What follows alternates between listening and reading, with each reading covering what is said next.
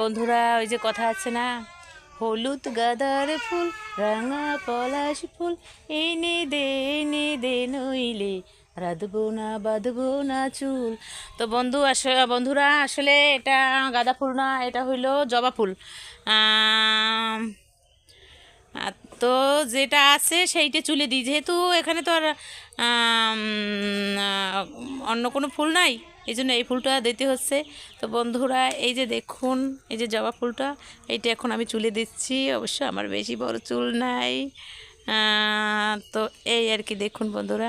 তো জবা ফুলের মানে আমার চুলে দিলাম। বন্ধুরা দেখো তো জবা ফুলে কেমন লাগে আমাকে, সুন্দরী সুন্দরী লাগে না সুন্দরী লাগে বন্ধুরা, বলো তো?